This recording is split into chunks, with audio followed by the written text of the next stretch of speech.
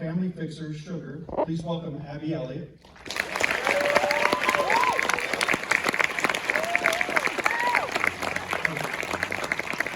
He plays the affable, newly inspired baker, Marcus. Please welcome Lionel.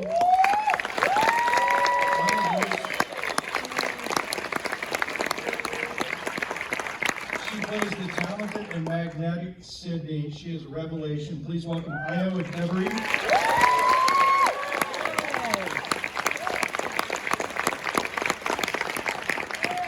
He is abrasive yet undeniably charming, and he is awesome. He plays Richie. Please welcome Ebon Moss-Bachrach.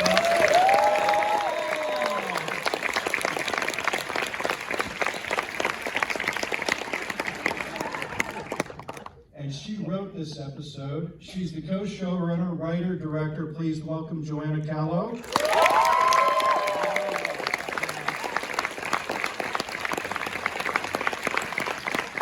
And he directed this masterpiece of an episode. He's the series creator, co-showrunner, writer, and director, Christopher Storer.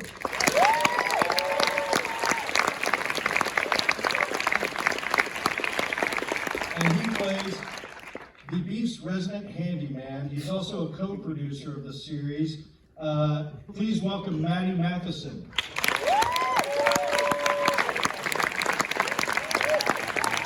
He's a great moderator too. And joining us via Zoom is the lead. I know, but he's shooting a film right now. We did everything we could to get him out of production.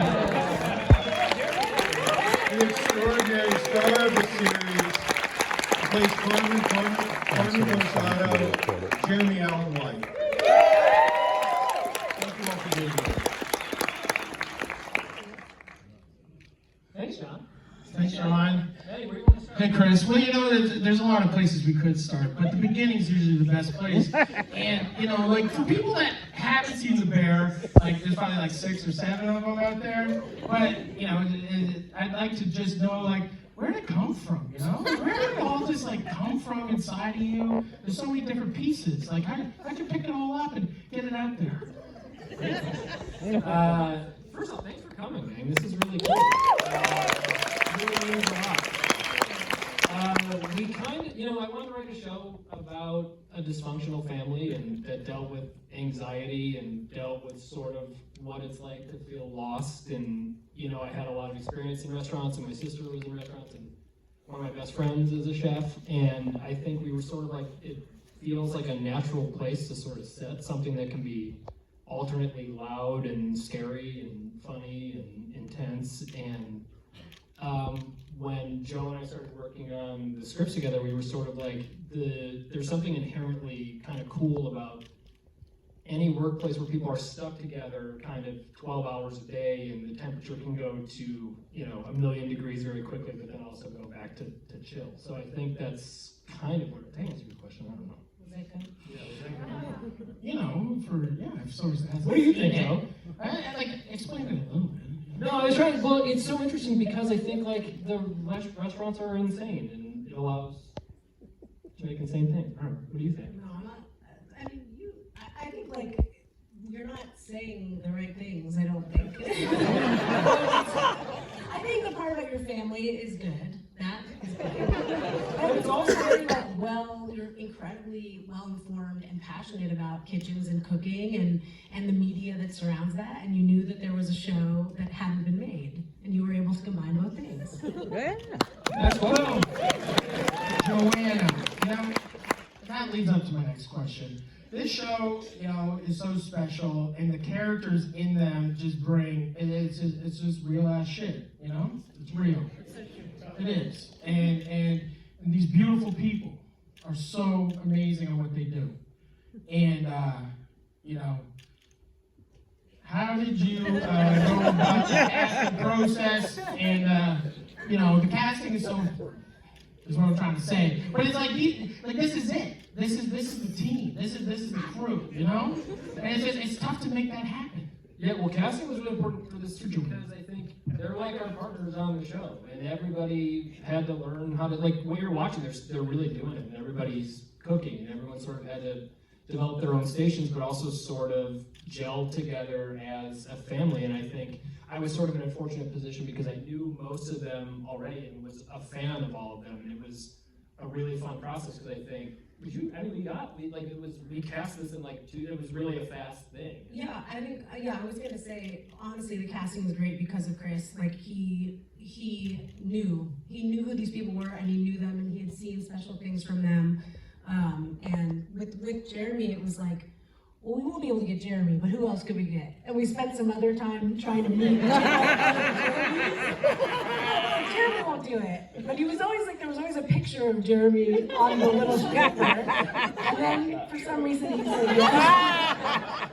But yes, Chris deserves all the credit, and then Evan actually deserves all the credit for all those small guest parts because they were friends of yours. They said yes, so Evan and Chris deserve all the credit. No, but it is cool because there was a very early, anytime you're kind of putting a show together, you have to show the network sort of what your wildest kind of dreams for each character was. And I saw it kind of recently, and it was crazy because it was just you guys. Yeah, it was literally you and even Burnball. There was a picture of like Johnny by Jeremy. We were like, it's crazy that is what you see here today. You were even on it, buddy. It's a dream. It's really incredible. And this one's going to go to the actors, which are like, some of my best friends now. And it's really beautiful to come into this world of the theatrics and to really see everyone really roll it out here. And how did you guys become involved with the series? What really drew you into the scripts, or was it like just a relationship with Chris? I don't think so. I think there's more to it, Let's just go down the line and let's really hear these beautiful people spin some yarn. What's up, Screen Actors Guild? Yeah! I just got a new car. Yeah! Member since 2020. Yeah! I love my union. SAG AFTRA. We're gonna get tattoos. This is 2020. Yeah, 2020. I was Actors Equity for a little while before that. I love Actors Equity too. My getting involved in this was like pretty standard. I got sent a script, I read it, I made a tape. You guys responded to it, and then I was in London and I did a Zoom chemistry thing with Jeremy, which is like, it's hard to have chemistry on a Zoom, but it was good. And this was an amazing part, this was a part that I wanted, you can't sleep on these kinds of things, so I went after it, as hard as I could, and screamed really loud in our chemistry read. My daughter was doing Zoom class across, and she came out. She was like in 5th grade, and she was like, "What is going on here?" So yeah, that's sort of how I got the part. I think, yeah. What about you, Lionel? Hello, what's up, Screen Actors Guild? Well, Chris and I worked together before on a show called Dickinson, and then had also just met before and known each other a little bit. And when this also came in my inbox, as sides, I was like, oh, okay, people that I know and respect, but also what? Confused. Because the role was just more serious. I am like a comedian, and so I think the things that I've been taping for were like annoying millennial assistant, Davidson's girlfriend, and so I was like, oh, this feels like a person, and that was really scary to me, but also something that I really wanted, and then I just did a tape, and then did Zoom chemistry callback, and then another callback, and then but I was just really excited by the part because I also, as a TV writer, I didn't know what was coming next, and that was really exciting to me. I think a lot of times you read a pilot or you read a sides or whatever, and you're like, oh, I get who this character is in relation to the show, and I get what is going to be happening, and I was like, I don't, and I'm really, these sound like people on these, and I'm really interested in seeing where this goes, and I just hope I don't know, am not, bad in my slides or my tape or whatever.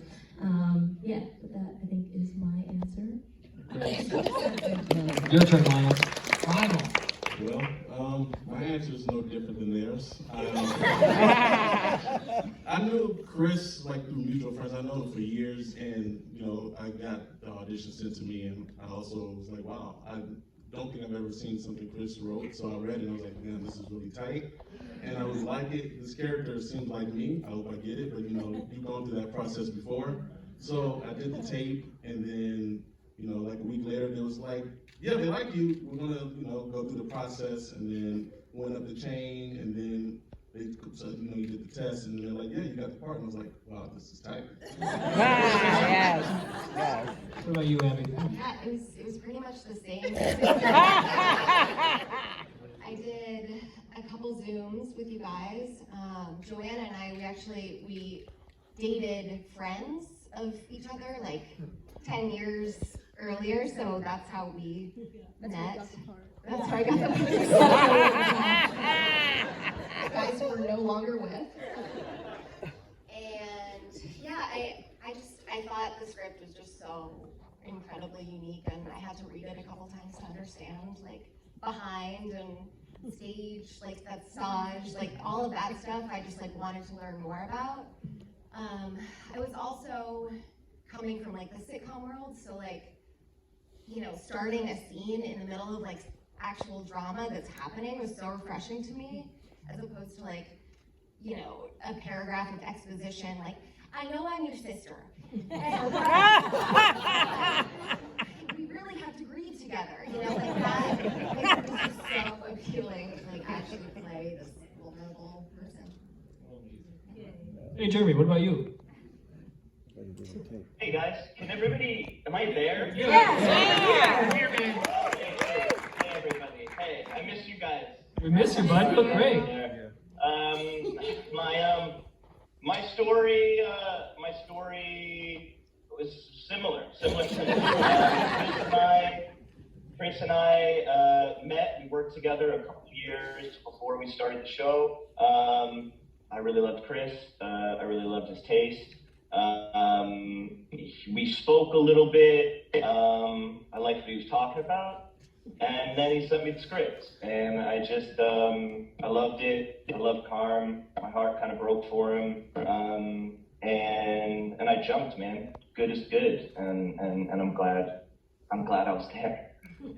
I mean, the thing that's funny though is like we're talking about that we're all friends and stuff, but I can say for them that they're all such truly wonderful people, and we had the most fun on the show, and it sounds like bullshit when people say that, but we really had the best time ever, and I think there were certain areas of the show that I think were only as high level as they were because of the cast. They would reblock things or suggest things. It's like to have the shorthand because we were friends, but also because there was such a high level of respect. It was just the best, and I know it's not always that way, so we're grateful.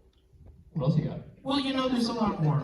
The Bears generated so much just buzz for creating such an authentic culinary world. Why was that important to the ground with the show to ground the show in reality? I think it was because, when Jeremy, you mean like the chef stuff? What is the question, Matty? I understood. He didn't inflect correctly. I'm trying, I just knew the answer to the question. I think why was the show so banging? Why was it so real? Why do people feel the way they feel? Why do the rooms? You can smell that kitchen. Culinary. Yeah. Corner, fucking behind. I think it was mostly because there hadn't been, for whatever reason, a restaurant show, and I think we all learned like day one it's because they're really hard and they're very tricky and messy, and the resets are like a real pain in the ass. And I think most of the time when you see something that's about a restaurant, it's usually about how awesome a chef is, or how slow motion it can be, or how it's really one person. And I think the truth is it's a small business, and it's really hard and it's really stressful. And Maddie and I would always say this thing, which is like winning is losing. So it's like, even, you want to talk about that for a second? the chef, like talk about the stress of like running an actual. Yeah, like I think right now I have high anxiety because I'm here and not at my restaurants back home in Toronto. It's like every single day is quite a struggle. And I think just having a restaurant, the thing about it too is like, I think just doing something real, it's like we're all just real ass people. And I just think trying to make this show was like, it just came from the heart. And I think like the set is just like, you know, making something look kind of worn in and whatever, that's people doing their job and it's really amazing, but it's just like the power in the performances and the power in like how just like life is uncompromising. Life, every single place in the world, everyone has to show up to work every single day. And it's really tough. And to go into a situation like cooking, where you're going into another thing that's uncompromising. We open at 5 o'clock. The food didn't show up till 3 o'clock. We still need to get dishes ready because that's our guarantee to the person walking in the door. And I think that is something that a lot of people maybe understand but don't really. And it's just like, it is very intense every single day because that's my guarantee. They need to walk in the door and I need to have a hot beef for them. No matter what, doesn't matter. My brother died, it doesn't matter. It's really crazy. The shop doesn't close. You know, and it's just like, it's uncompromised. The weight of the world doesn't really matter. Hot beefs matter for some reason. and it's a crazy thing. And it's just like, it's really, really heavy. And I think anybody that lives life, like every single person here, comes from brokenness. How do we put ourselves back together every single day? It's tough. And then to go into a place where it is tough, it's double tough. You know? And it's just like, I don't know. It is. It's like every one of us. We all broken. How do we put ourselves together? And then we got our little family that we go to work with, and we love and hate them. It's tough. And this show just shine light, a little bit of light into that kind of a world. And I think, you think? I don't know. It's very amazing to work and show something that is very real to me. I've only had jobs in restaurants. And to come from, I'm not an actor, I'm not a thing. I make YouTube videos, I make like unscripted shows, and to come in and to see the work is very, very similar. It's uncompromising. You need to be prepared. You need to be ready. You need to have words in your head that you, somehow these guys are telling me I gotta forget the words, but I gotta remember them first, and then and it's just like, the thing about it that's really beautiful is the reciprocal that these people gave me, is I'm telling them how to like cook and move in the kitchen and how to articulate things and how to like really do amazing things.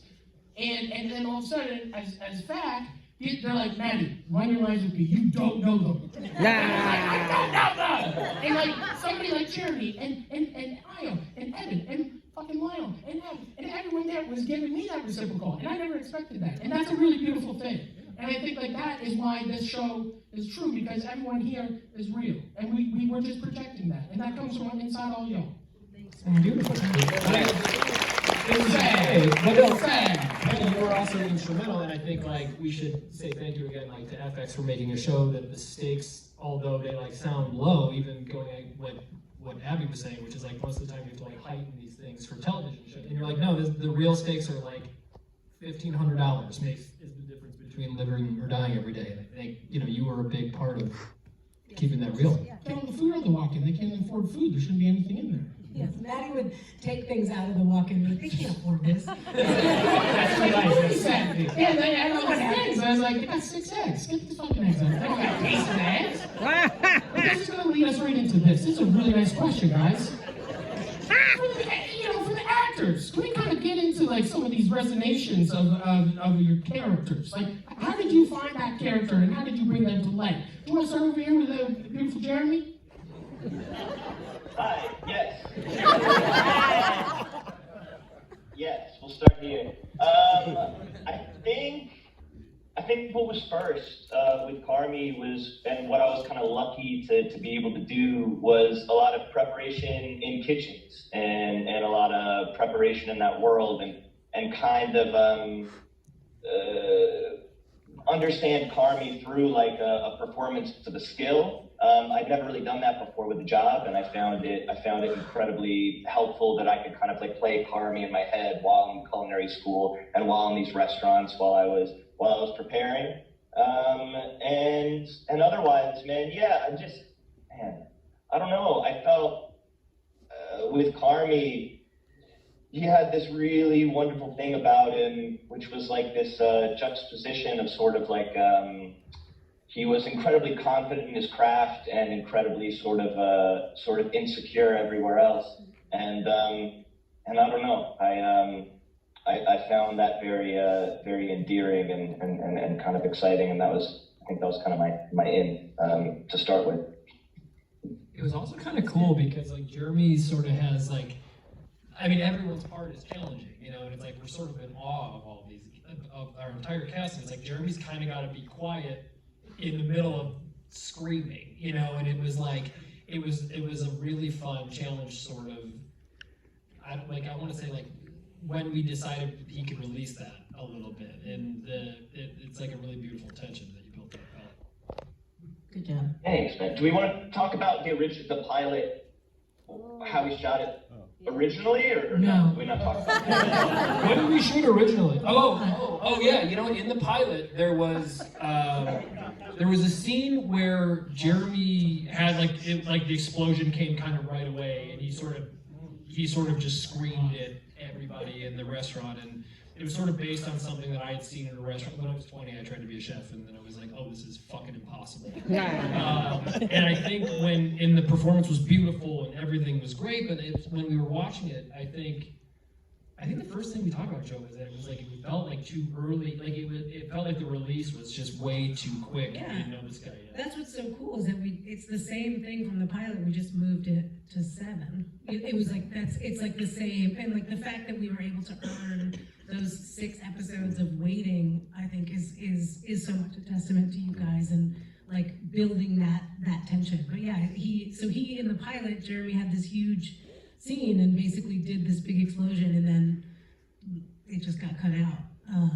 But yeah, he got to do it. But it was also because, again, like you're seeing these faces and everyone is just like so human, and it was like one of the kind of the great things about making anything is it kind of tells you what it is in a weird way, and you sort of learn these people, and you're like, this is like a more sensitive, kind of deeper, nicer, more gentle experience inside the chaos of the roller coaster ride, and to have somebody flip out like that seemed wrong. Mm-hmm. Go ahead. Well, we're just going to keep things moving here, actually, time permitting. You know, press has been very kind to the show, and it's focused a lot on the episode that we all watch right now. And, you know, Joanna, can you talk to us a little bit just about the writing that script? Get those words down. Yeah, I'm going to answer this fast so that you can ask the next question, which I actually think is more interesting. Okay. But writing the script was wonderful and easy.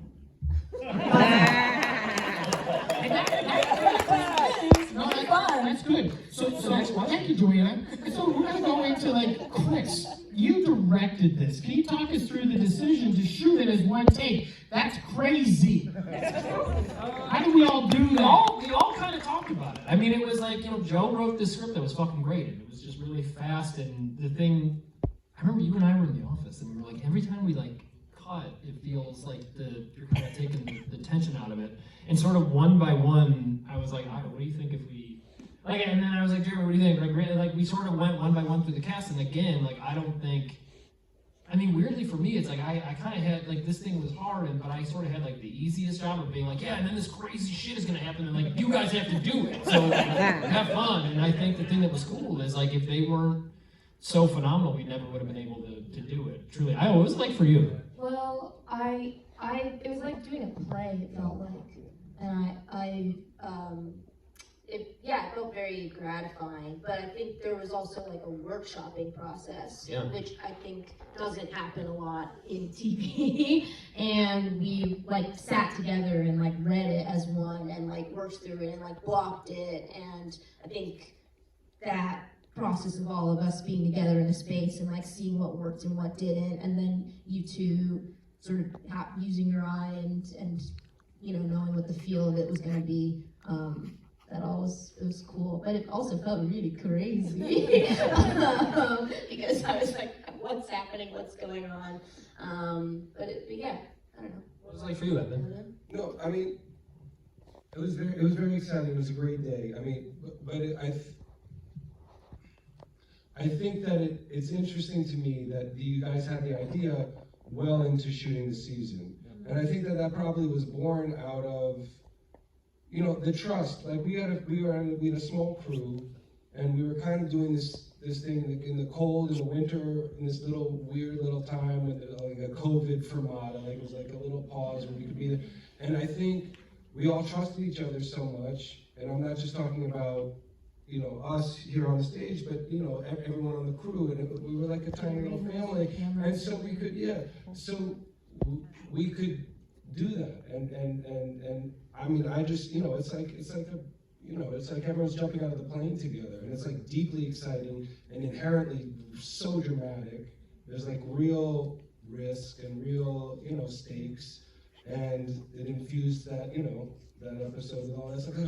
I think it really suited that episode and really suited the season, but it's not something that you could have just done had it not been for the people that were involved. I mean that like not in some cheesy. No, dude, it was like, I mean, Jeremy, that was the first time when you and I talked about it too, is that we just wanted to make it, like, it wasn't like, you know, everyone wants to do like a oneer, and like there's great uses and then like we just wanted to make sure it wasn't like, I'm gonna show off, like it did, because like that would be bullshit. And I feel like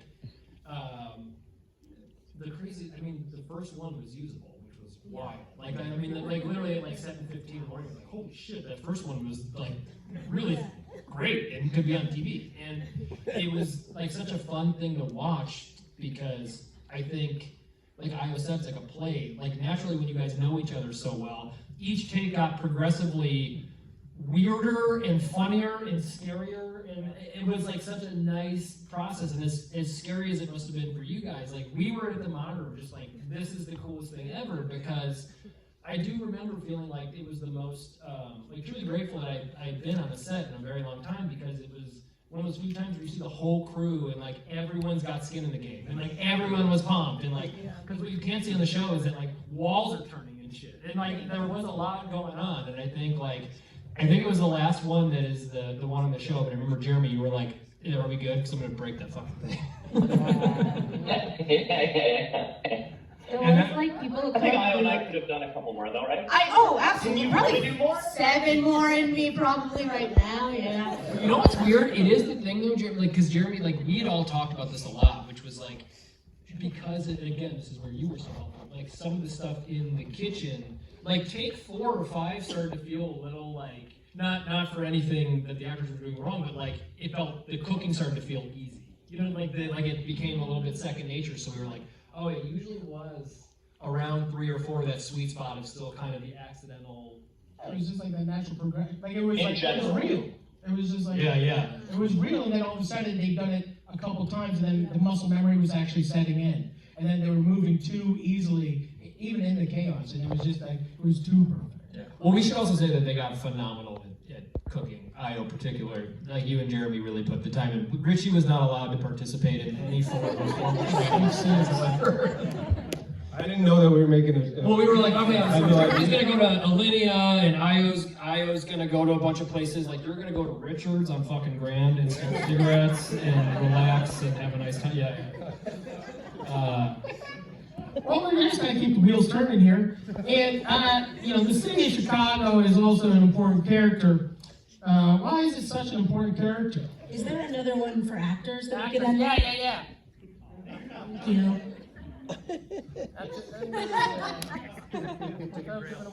No. Well, the actors, like, why don't we just talk more about acting? You know, like, people are acting, and it's just like the show. Like, Jeremy's just. Wait, this is Like, you have a question. you know, acting is crucial. I think. No, it's good. Jeremy should answer this because he's in a trailer as well. Jeremy, can you talk about that silver silk full body pillow in the background? Yeah, is that Is that a rider pillow or what's that? Did you bring that? Look at how the camera moves. What's up? Are you seeing a I webcam? know. Is there someone behind No, there? no, it's a new iPad and it's all. No, you know what we should talk about though is that we started shooting this show. I mean, we had shot the pilot the summer before, but we shot the show in earnest at the end of February, and it was on TV, middle of June. So the turnaround was really quick, as nutty as it sounds, was actually really helpful because I feel like it really made us, like the pace of the show was like really, really fast. And I think, do you guys talk about that? Was that weird or was it fun? Or because like the takes were long. Jeremy and I have talked about this before, where I feel like we had different gut feelings because I'm like a comedian, so I'm like after 2 times it's not like fresh anymore, and it's like that I was really glad to learn like that sort of that acting thing of like it's not new, but it needs to feel new, it needs to feel present. A lot of our scenes have been, I felt like that challenge in a really good, I don't know, really helpful way. But yeah, I loved how fast. I loved how fast. I was like, great, Jeremy, get me out, let's go. Jeremy's like, no. I was scared. Yes. I was scared. Yes. Yeah, we started and we were wrapping at like 2 p.m. some days. We'd do Don't like tell 2 me. takes per setup. And I was You like, mean what? 6 p.m. What's 6 going p.m. on? every time. Give me more. But it was interesting because It was scary. No, but there were there were certain things that we obviously wanted to take our time with, but the thing we kept finding, because we would be sort of editing this, when we got home every day, and it was kind of like, man, it really feels alive, because most of the setups in the show really are just one take from 2 different camera angles. Like, we found most of the time we didn't have to, like, the editing process was really fun and really cool, because it just showed you kind of what the thing was pretty instantly. What do you think, Kevin? No, I mean, I disagree. Yeah, I mean, I think that, yeah, the show, that looseness and that energy and that sort of combustibility, like, I wouldn't want to watch Severance if it was me. That's a very formal sort of like, and I adore that show, but I think that like that sort of conscientious, very slow sort of way of shooting that show is suited to that. And our story was, it's wild. And if you do a bunch of takes, I think it starts to go away and feel rehearsed. And we had that. I mean, I don't know. Abby, what do you think? I like for my stuff with Jeremy, it was a little slower. So, I didn't have the like kitchen. There was some more breathing room between us, which for me I really enjoyed because there wasn't like a fire under me, and I wasn't like, oh my god, I have to deliver this line and to hit that next beat or whatever, that joke there, it just felt really natural. You have to cook a little bit, though. You have to cook in one scene, which was Yeah, the chicken piccata, which I scarfed after. That scene in 8 though, that's like Lionel and I, like that's something that I felt very slow. Now, like you saying that reminds me, like that moment felt very slow and very like nice and like intimate and very quiet. Even like the set, I'm remembering it being like quieter. So I do feel like, yeah, it's sort of those moments, like they matched what. Yeah, it was good to be able to do both. You wanted to like earn those quiet moments for sure. Yeah, but then like the day that we were doing where I'm like in the apartment like alone, I remember I was like, I'm going crazy. We had to do more shots of me frothing a carrot thing. I'm like, come on, screw my voice. Well, we did. There was like one day in pre-production where Ayo and Jeremy just chopped onions for hours. My favorite was when we made them clean the kitchen. When did they clean the dishes? Like, no, the kitchen. Yeah. Oh, Jeremy, yeah. Jeremy sweeping was Jeremy incredible. had to clean. Jeremy did not sweep. So I know, Lionel, say something before we end. Oh, I didn't know this was the end. I don't know. Everyone said everything like they articulated most things. Say something new. Alright. What else is it? I like how collaborative like the Chris was in terms, and Joanna with like the words and like the end file of it all, where you just like you need to like hang on to the words. It's like it felt more natural because it's like we'd change things and you'd be like, no, that's great. Like Chris would be like, no, just whatever you want to say, just go for it. And then, I was word perfect. What feels right, yeah. Yeah, well, also like again, it's like because we had like a really amazing team of writers, which I should say, and I think every day. Over there. I see Karen, I see Sophia, I think. You guys are the best. I think the thing that was so cool though is that in like the writers room we were sort of like, it kind of has to end here and this is what we're trying to say, and just obviously when the temperature is that high in the kitchen, it's gonna get more tense and they're gonna change things. And again, I think that's why having the collaborators that we have on stage is the best. Are we out of time? The end. Yeah, we're gonna do a No, Q&A. No, we're not I thought done. it was a Q&A now. The Q&A now is going to move, Yeah, and focus. And you can ask Matty questions too. We have mics down here on the interior aisles. We'll take 5 questions from each aisle, rapid fire. So line up. If you're number 6 in line, we're sorry, but we're sending everybody home with special treats made by Marcus. Lionel made him himself. So, anyways, so if you want to line up and ask questions, we'll go ahead and take questions.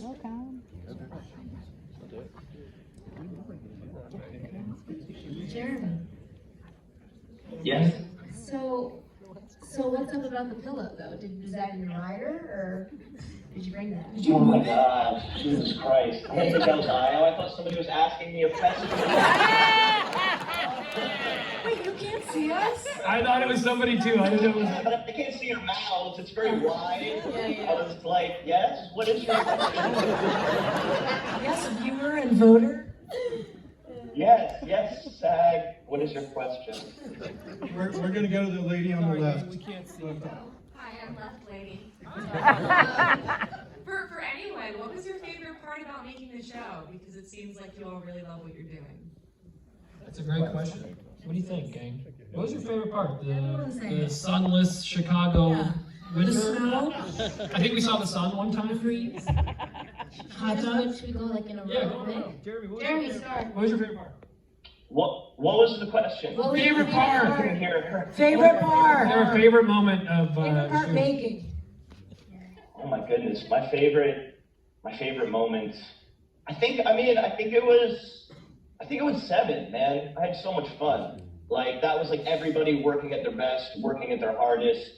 The whole crew, the whole cast. That was really special for me. Thanks. Abby? So my favorite part of the show or Making. making it. My favorite part about making it or of? Whichever one. Something positive. I don't understand the question. Okay, so my favorite part about making the show. She should not like it. No, I truly don't understand. Okay. I loved making the show. I loved being in Chicago. Experiencing Chicago for the first time was really, truly incredible. I'm serious. Even though it's the winter. And then the show itself, just, all the scenes with Jeremy, just like the realness of them. And how, he's just such an amazing actor. So being able to act with him. So nice.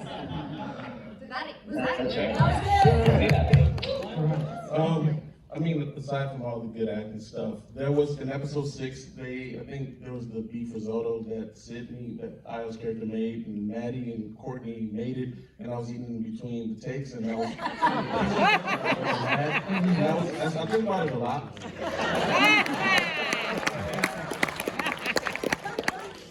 Aside from all the things that I feel like I've learned, well, my earnest answer is, it felt really powerful to be working on a show where I felt like I was learning from positive experiences. I think like we've all had jobs where I'm like, and this is the lesson I've learned, what I don't want. And it was really powerful to like be working on a show, where I was learning positively. I'm also like a young black woman. I'm going to play a character who's like a young black woman and who's flawed and who's an actual person.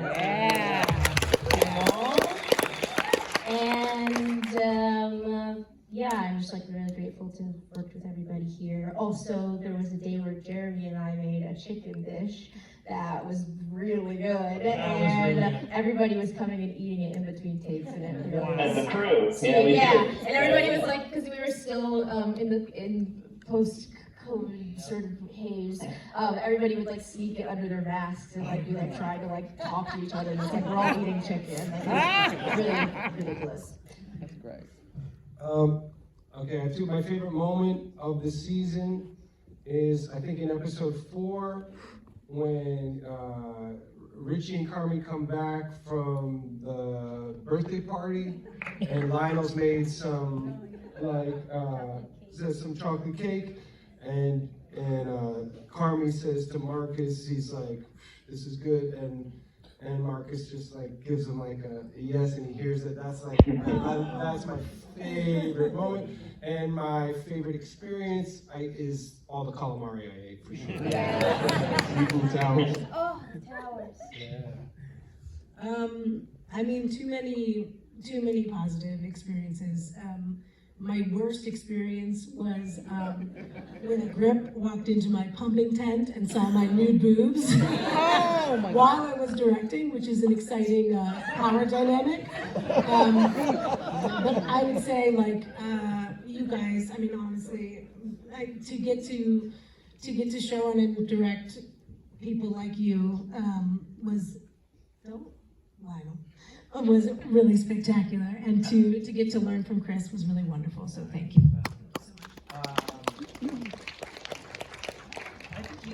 I think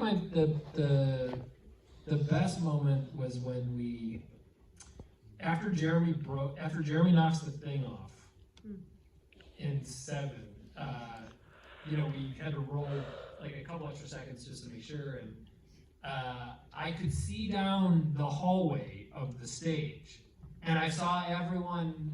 There was just this fucking thing where you were like, "What a job we get to do." It was this moment of like, truly, it was this beautiful thing of like, because it was Laura Roper who was our prop master who had to get all like this. I mean, we fried, like, she's one of our best friends, man. We fried her, dude. She was like, "Okay, I got 5 pounds of beef." We were like, "Laura, we need like 100 pounds of beef," whatever it was, and she made it happen.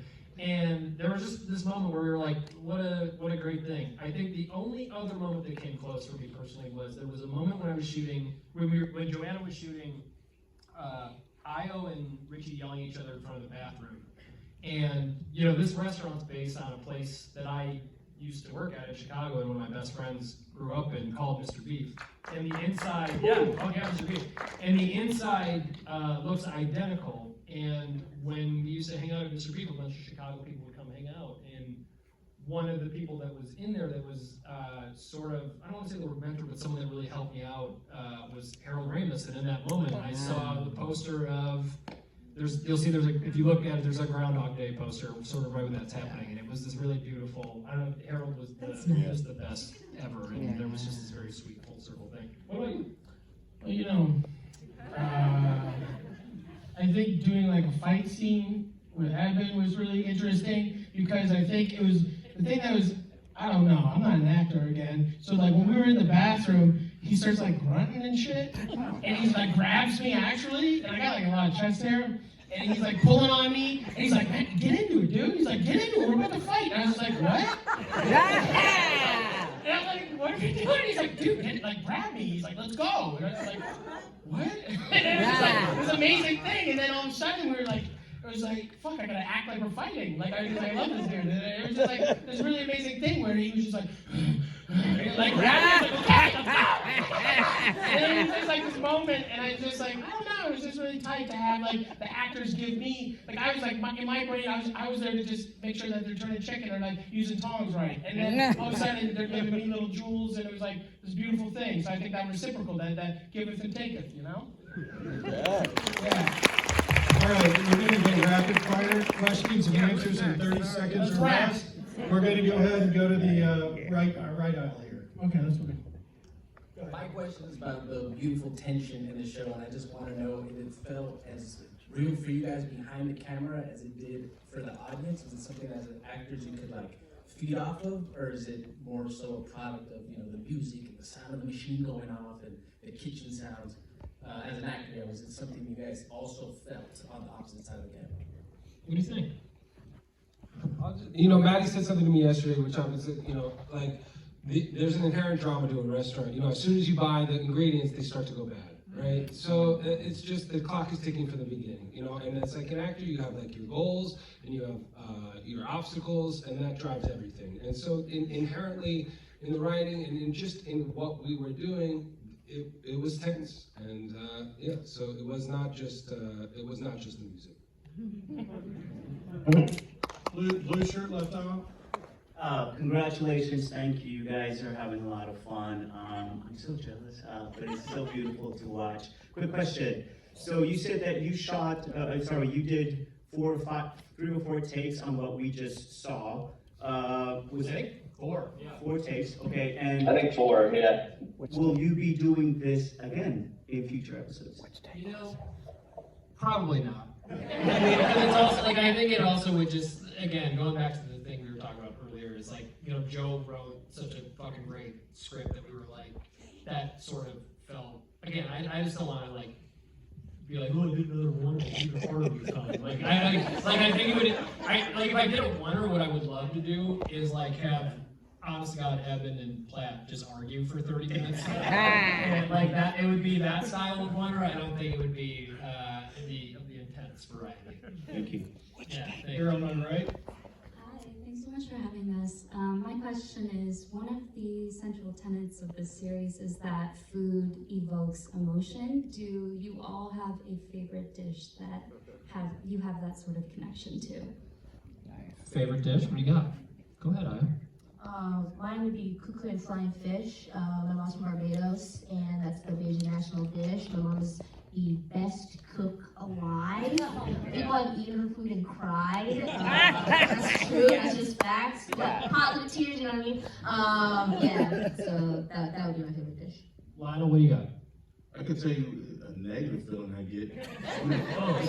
Fiddle seeds, it's the strongest feeling I get. I hate fiddle seeds so much. Do you really? Yeah. It was in the pilot. Mine was eating around all the fennel, picking it out. A fiddle salad, and I was like, I would have to face my enemy on the first. Well, I like beef bourguignon in a crock pot. Yeah, I think that would be my favorite. Yeah. Eben? I don't know, man. I got no. Jeremy, what do you got? Anything? Like anything like Sunday roast, kind of like hearty winter sort of deal, like a short rib, roast veg, mashed potato kind of deal. I think, yeah. I'm gonna answer for Evan, because Evan is a fantastic cook, secretly, and Evan is very good at making stews and also bread. The man's a sourdough expert. The man's done his own. Before it was cool. Before it was cool. And he has his own hot sauce. He'll tell you. He will tell you.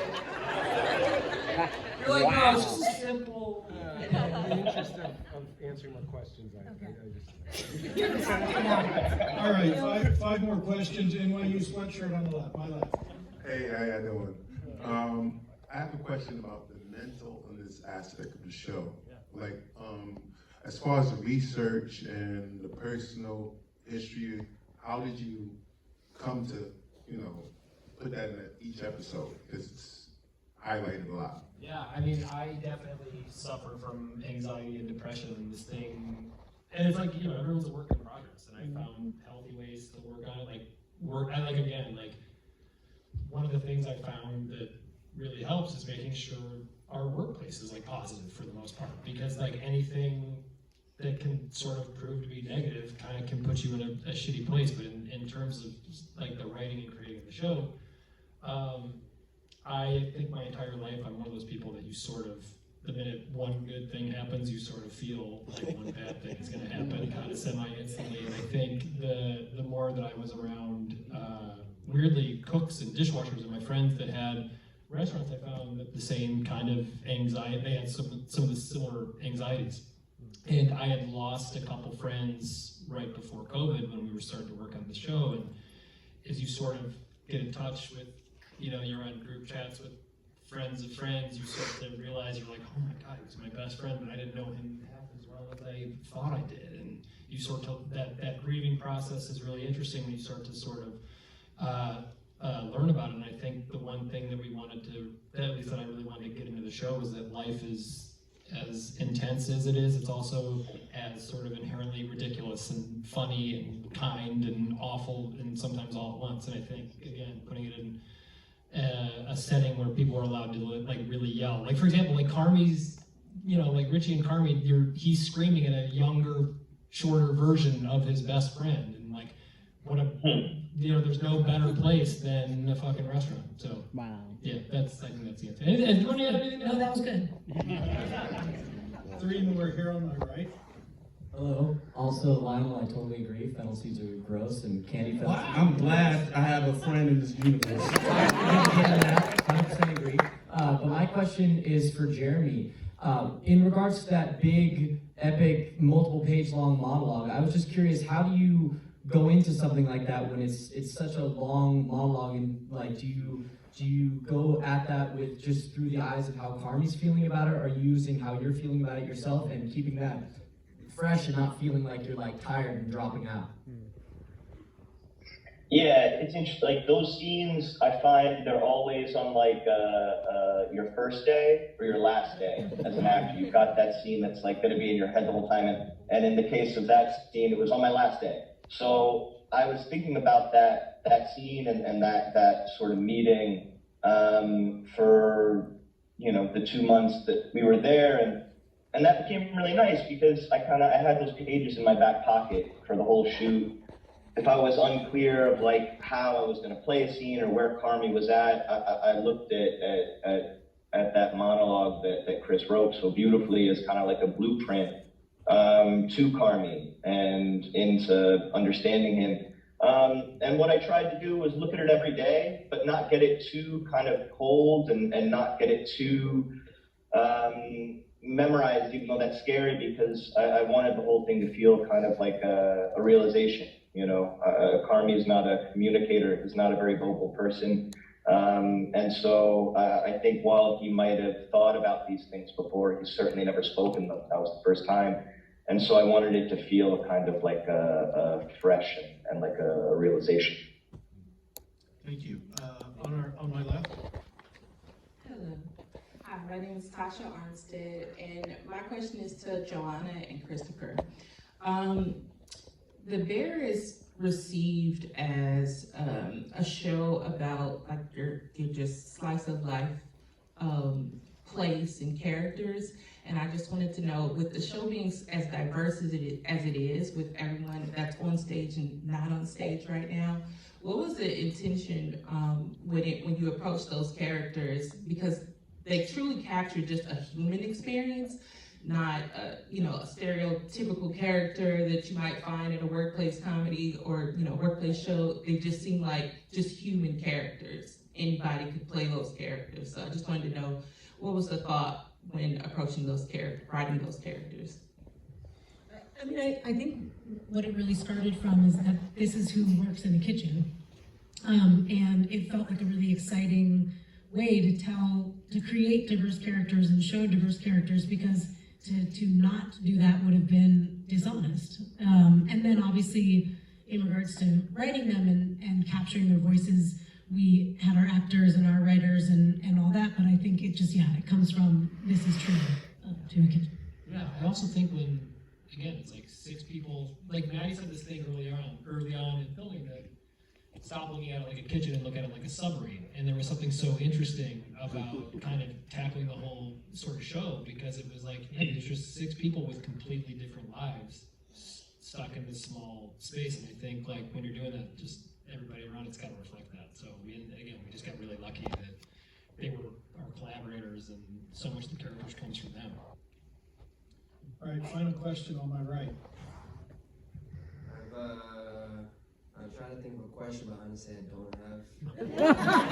Brains, take this chance for everyone too. But honestly, I just want to express my gratitude and speak for everybody here for all you guys existing.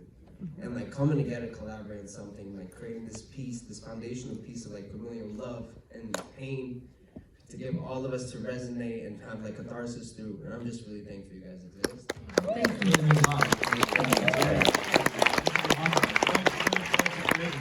That's a great place to end it. Every episode of The Bear is available exclusively on Hulu. I want to thank our panel, our moderator, Matty Matheson.